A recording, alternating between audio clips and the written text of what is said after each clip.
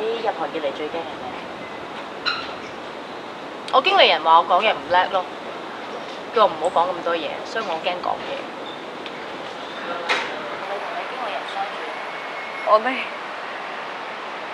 我哋冇乜點相處過。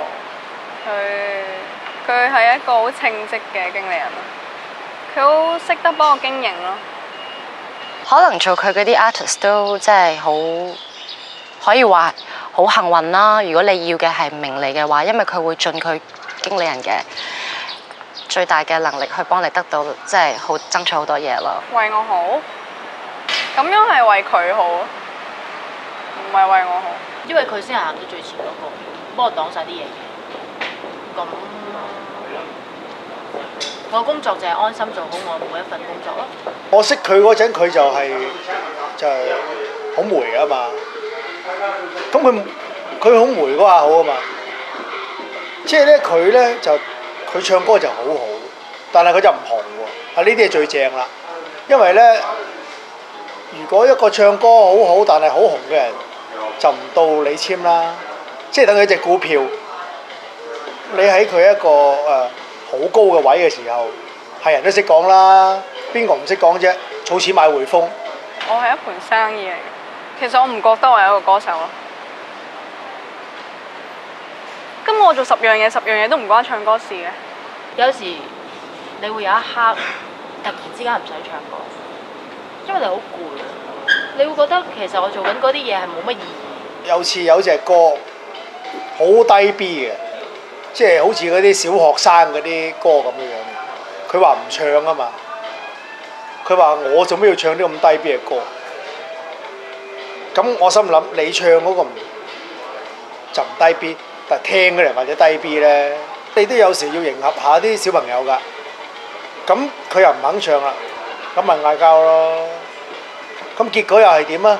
咪紅到佢而家咁樣，咁即係證明我啱啫。你點樣睇你嘅競爭對手呢？我覺得啊，所有勤力嘅人我都欣賞嘅，咁所以佢係一個好勤力嘅人。最驚人哋覺得我靠關係啦，覺得我唔係憑實力立口碑啦，唔認真工作。你中唔中意一個人都冇所謂，但我覺得勤力嘅人好在咩呢？就算你唔中意我啲嘢都好，你冇得話我唔勤力冇付出過。因為一個經理人係好緊要嘅，咁我覺得嗰樣嘢唔係在於佢個問題咯。我覺得佢錫佢啲 artist， 即係個內容我唔講，總之咩事啦。總之佢做咗一啲嘢係為咗佢自己嘅得益，佢自己嘅 artist 得益都唔緊要，但係你傷害到別人，咁呢樣嘢我覺得係唔啱嘅。咁當然犯法嘅嘢我又唔可以做啦。咁但係咪基於呢個訪問啦，我先至咁講。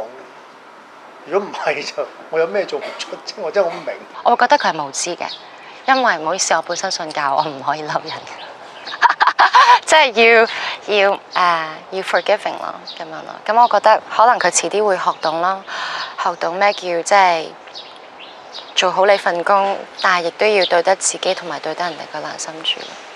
我嘅工作就係將呢啲障礙去撇除。即係佢嘅經理人啦，阿 Man 即係幫到佢，亦都害到佢咯。